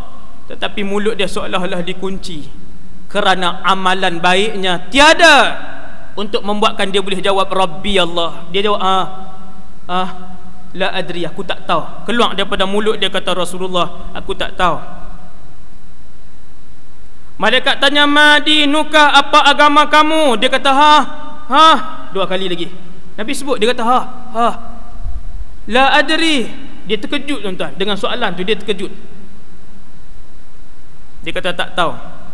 Kemudian soalan ketiga, apa yang kamu i'tiqad kamu kepada lelaki yang dihantarkan kepada kamu? Rasulullah lah. Kalau kita jawab huwa Rasulullah, orang yang membawa ruh dan amalan yang buruk, dosa yang banyak, dia akan jawab la adri, aku tak tahu. Maka dia diseru daripada langit, iaitu dengan seruan dia telah berbohong, sediakan tempatnya seperti dalam neraka, bukakan kepadanya satu pintu yang terus menuju ke neraka. Maka kata Rasulullah SAW, ketika itu kepanasan daripada neraka datang melalui pintu yang dibuka, duk kena dia, duk kena dia. Maka dia pun duduk dalam itu. Bumi semakin lama semakin menghimpit dia. Nabi kata hatta takhtalifa fihi adla'uhu, sehinggalah tulang temulang dia bertemu di antara satu sama lain, dan bermulalah azabnya. Hadis tadi diriwayatkan oleh Al-Imamul Bukhari. Sebelum ni saya tak sebut. Depa duk kalut telefon lapalah. Ni pergi rujuk Imam Bukhari. Kan? Ada satu orang tu, dia tegur hak ni. Lah kali saya tanya dia, di rumah ada kitab apa? Ada 2 kitab ya? 2 saja. Kitab kecil satu, dua kitab kecil. Sahih Bukhari apa pun tak ada kan? Tapi hak dia tegur tu macam-macam. Saya kata guna 2 kitab tu je lah. 2 kitab tu lah. Saya kata, cik saudari oi, ada ratus ribu lagi hadis lain. Ada Sahih Ibnu Hibban, ada Sahih Ibnu Khuzaimah, ada Mustadrakul Hakim, ada Sahih Bukhari, ada Sahih Muslim. Hak tu baru 0.1% ilmu hadis. Hak tu ada di rumah tu, tuan-tuan. Jadi tak apalah saya sebut kat tuan-tuan, hak mana yang pandai rujuk tu boleh buka. Tuan-tuan, kemudian waktu duduk alam kubur, antara azab dalam alam kubur, tuan-tuan, ke sebelah kita berhenti. Nak kat 2 jam lah tu kan. Ke sebelah kita berhenti. Hadis Nabi, tuan-tuan dengar ni, hadis Nabi. Hak ni juga dalam Sahih Bukhari. Satu hari, hadis ni riwayat Samurah bin Jundub. Habis mayang subuh, ni dalam alam kubur tuan-tuan. Habis mayang subuh, Nabi pun palingkan muka dia tengok kami macam ni lah. Nabi kata, semalam ada siapa-siapa mimpi tak? Nabi tanya. Sahabat kata tak. Kemudian Nabi cakap lagi. Nabi tanya lagi. Nabi kata, ada tak siapa-siapa mimpi semalam? Cuba ingat elok. Mereka kata tak. Kemudian Nabi kata, akan tetapi semalam aku mimpi. Aku jumpa 2 orang lelaki. Saya tak baca ada hadis ni, saya terus terjemah kat tuan-tuan. Nabi kata, semalam aku mimpi ada 2 orang lelaki. Hadis ni berkaitan dengan azab kubur. Hak tuan-tuan nak tahu ni, dalam kubur ni ada azab tak? Ada. Macam mana jenis azab orang kena? Ni dah. Nabi kata, semalam aku mimpi 2 orang lelaki main dekat aku. Fa akhadha bi yadi, depa pun ambil tangan aku, bawa aku pi ke Baitul Maqdis. Saya terjemah terus. Daripada Madinah tu tuan-tuan, bawa pi Baitul Maqdis dalam mimpi. Nabi sampai-sampai Nabi kenal tempat tu ni Baitul Maqdis. Nabi kata, ada satu orang lelaki, Nabi tengok satu tempat, ada satu orang lelaki, dia duduk, dan satu orang lelaki lagi dia berdiri. Yang berdiri ini, di tangan dia ada pisau cakok. Pisau macam sabit tu, macam tu kan. Dia pegang pisau sabit tu dengan tangan kanan dia, kemudian dia letak di mulut dia, dia tarik pi sampai hatta balagha qafah. Nabi kata dia tarik ni, dia belah ni sampai ke telinga dia, dia belah. Dia ambil pisau cakok tu pula, kemudian dia letak di tangan kiri dia, dia letak di mulut dia belah kiri pula, dia tarik sampai belakang, terbelah. Nabi kata kemudian kedua-duanya kembali bersambung dan dia buat lagi. Duk sakit ni tuan-tuan, bukan belah tu tunjuk saja, duk sakit ni. Rasulullah SAW dia tengok pandangan tu tuan-tuan. Pemandangan itu menyakitkan Rasulullah. Tuan-tuan, Nabi terus tanya. Nabi kata, "Ma hadha?" Ni pasal apa ni? Ini siapa? Depa kenapa? Kenapa dia buat begitu? Tiap-tiap kali dia belah mulut kanannya, bersambung balik untuk dia belah pula kali kedua. Dia sendiri buat. Azab kubur tuan-tuan. Azab kubur. Jenuh tuan-tuan. Nabi kata hatta taqumas sa'ah. Dia akan buat begitu sehinggalah hari kiamat. Inna lillahi wa inna ilaihi raji'un. Yang tu baru satu dosa. Kita tengok tuan-tuan. Nabi tanya, "Wahai tuan berdua, dia ni buat dosa apa? Dia ni pasal apa?" Dua-dua orang tadi jawab apa? Intaliq. Jom kita pergi. Tak jawab. Tak jawab. Intaliq.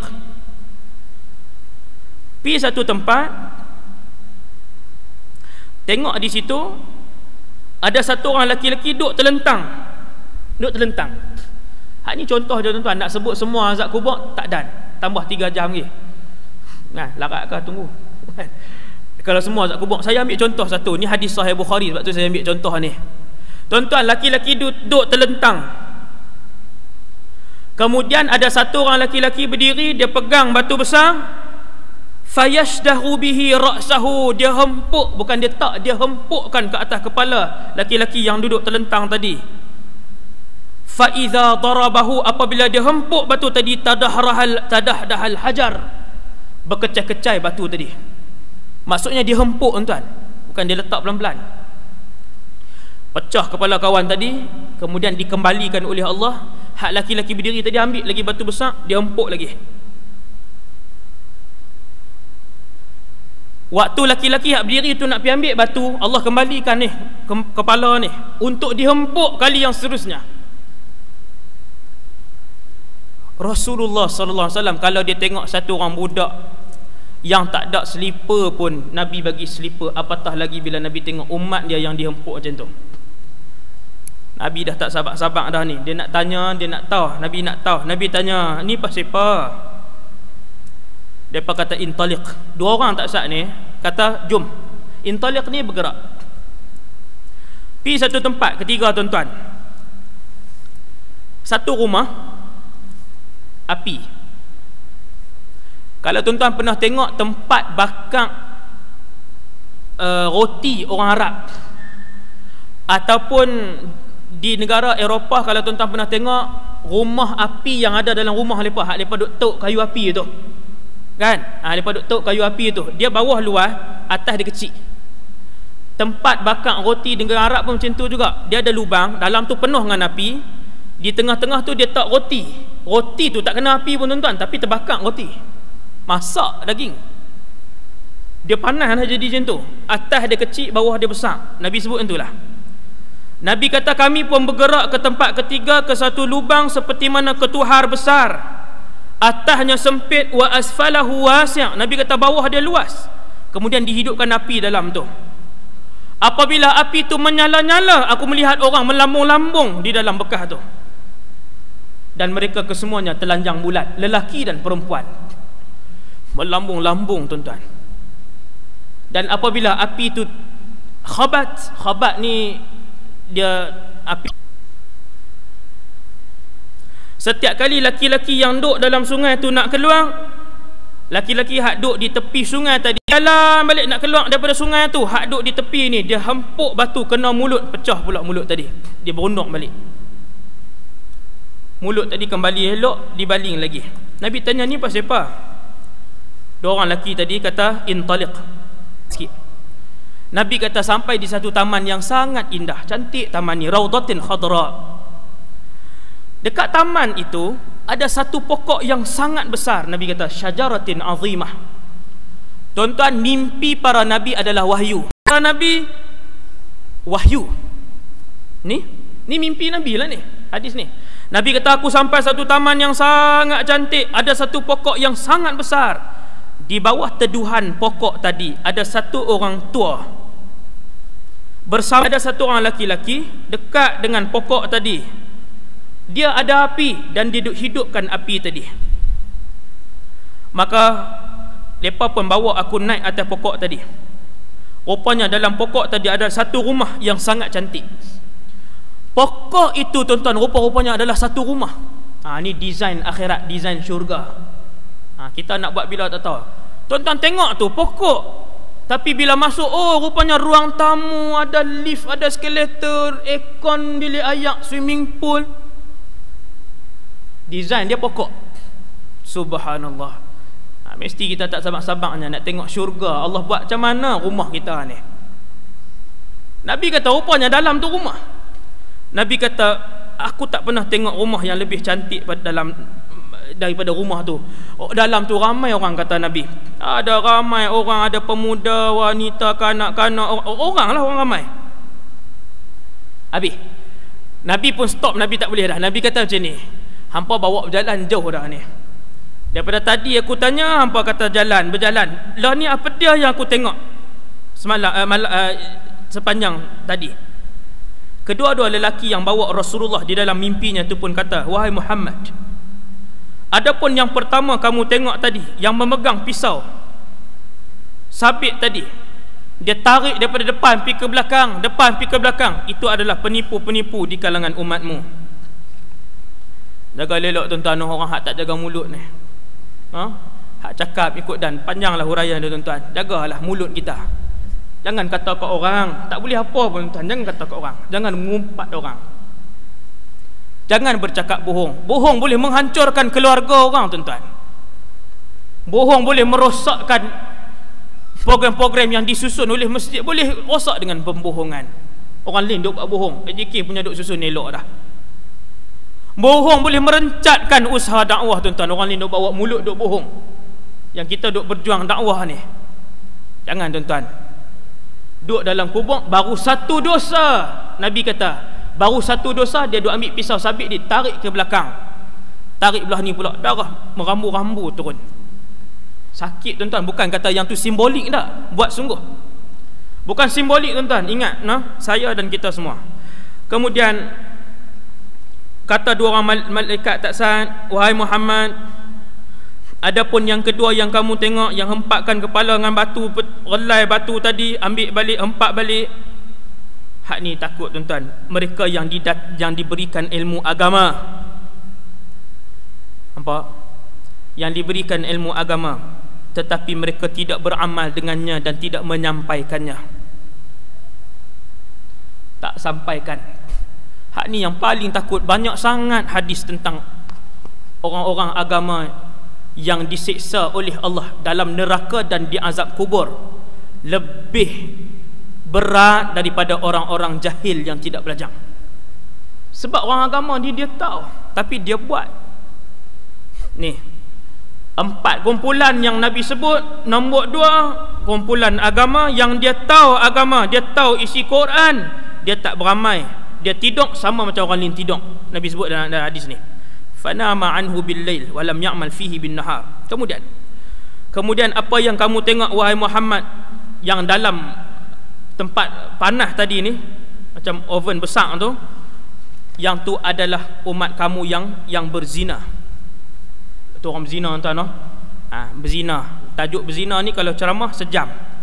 Tajuk berzina. Betapa zina hari ni tidak mengenal usia, daripada orang 70 sampai budak umur 10 tahun. Berzina. Saya duduk di sekolah-sekolah kan, duduk dalam masyarakat pula, sakit telefon, ni kawan telefon. Zina menjadi-jadi zaman hari ni tuan, menjadi-jadi. Ni betapa ramai di kalangan kita ni kemungkinan anak-anak dah berzina, dah tak ada darah dah, tapi mak ayah duduk pada masjid tak tahu apa. Saya boleh buat main cerita betul kat tuan-tuan. 2-3 orang budak sekolah menengah ya, kata 1-2 berzina sekarang ni. Jaga tuan-tuan. Azab kubur dia sebelum azab neraka, lepas duduk dalam satu tempat panas ni, bakar sekali.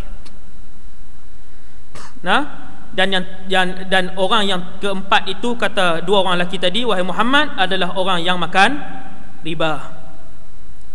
Lelaki yang kamu tengok di bawah teduhan pokok tadi adalah Ibrahim alaihissalam, wahai Muhammad. Budak-budak yang ramai di sekelilingnya tadi adalah manusia yang beriman.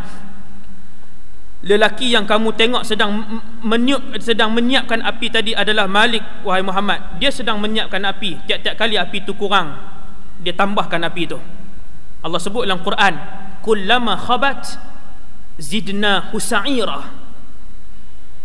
Sejak daripada Allah cipta neraka dahulu kala, tiap-tiap kali dia terpadam sikit je, Allah akan tambah, bagi dia menyala-nyala lagi.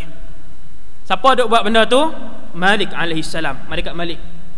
Dia yang duk tambah. Kullama khabat, tiap-tiap kali api neraka dia nak terpadam, bukan nak terpadam lah, kurang sikit, zidna husa'ira, kami tambah.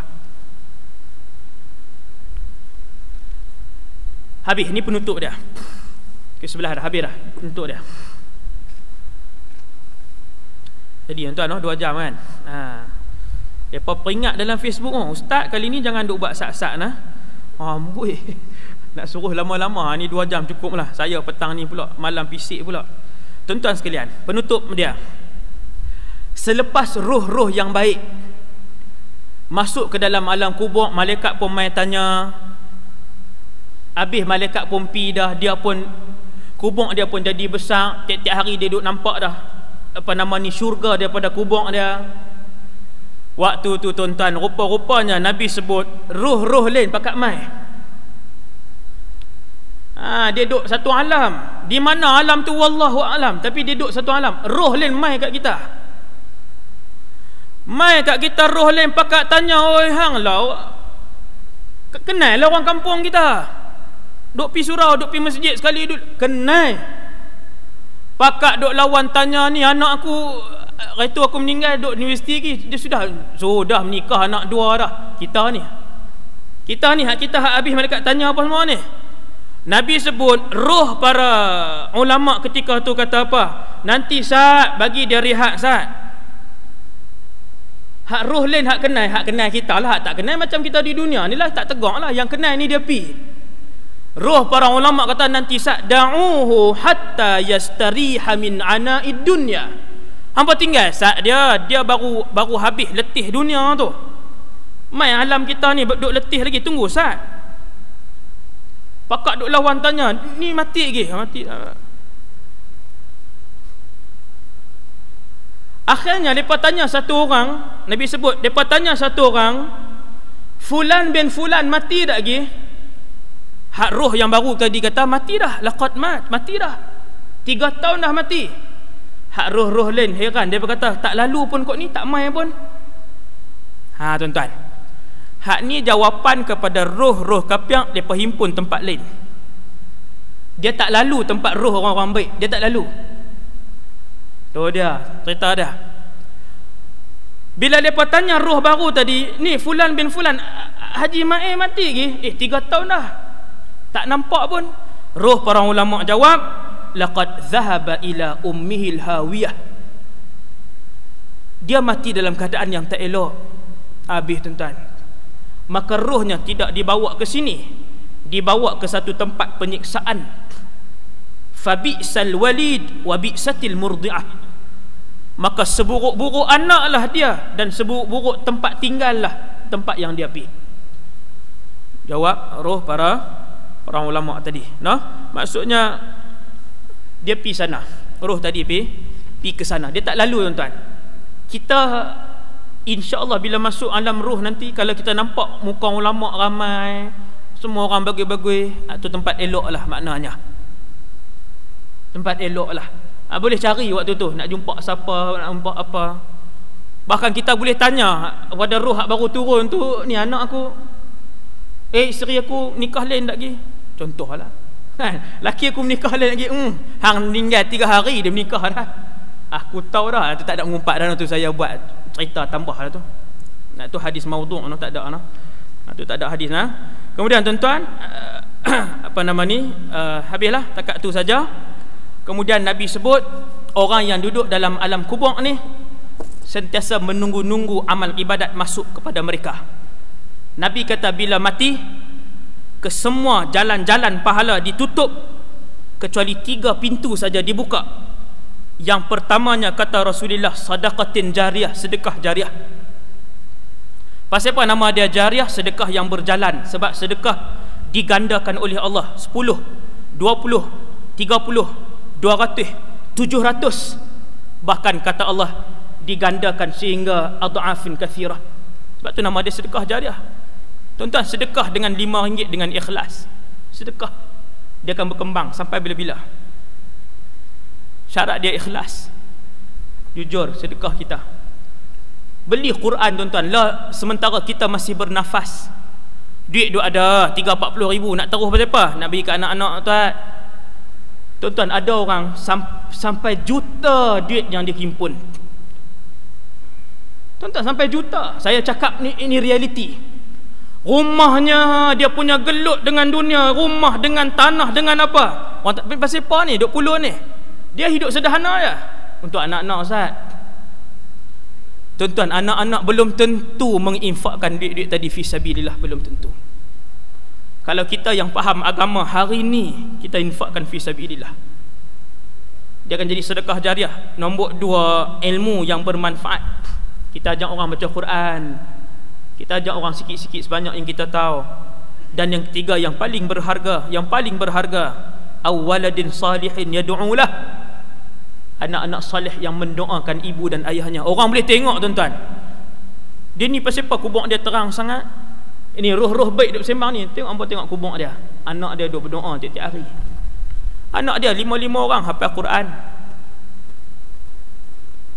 Bahkan di padang mahsyar esok, Allah pakaikan ibu ayah yang mempunyai anak-anak yang menghafal Quran dengan mahkota kemuliaan dan juga baju jubah kemuliaan.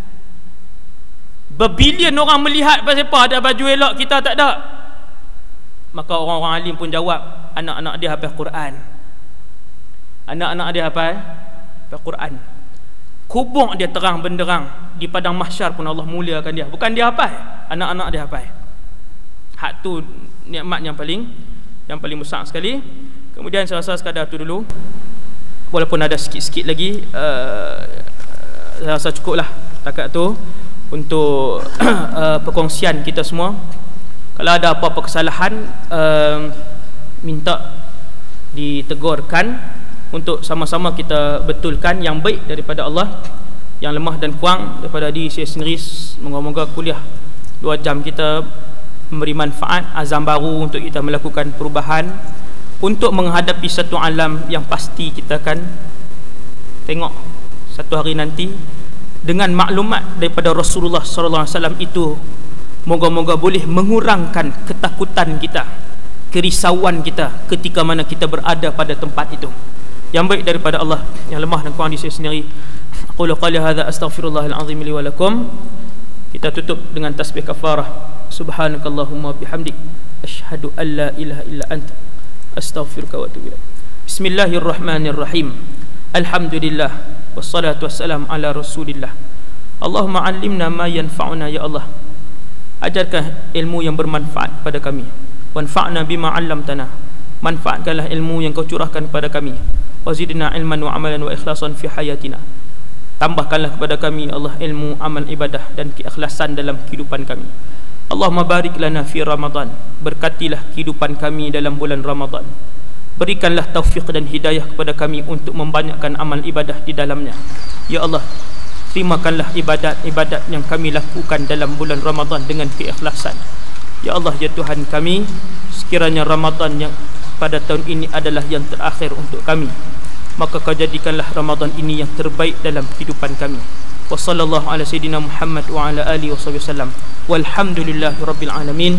Assalamualaikum warahmatullahi wabarakatuh.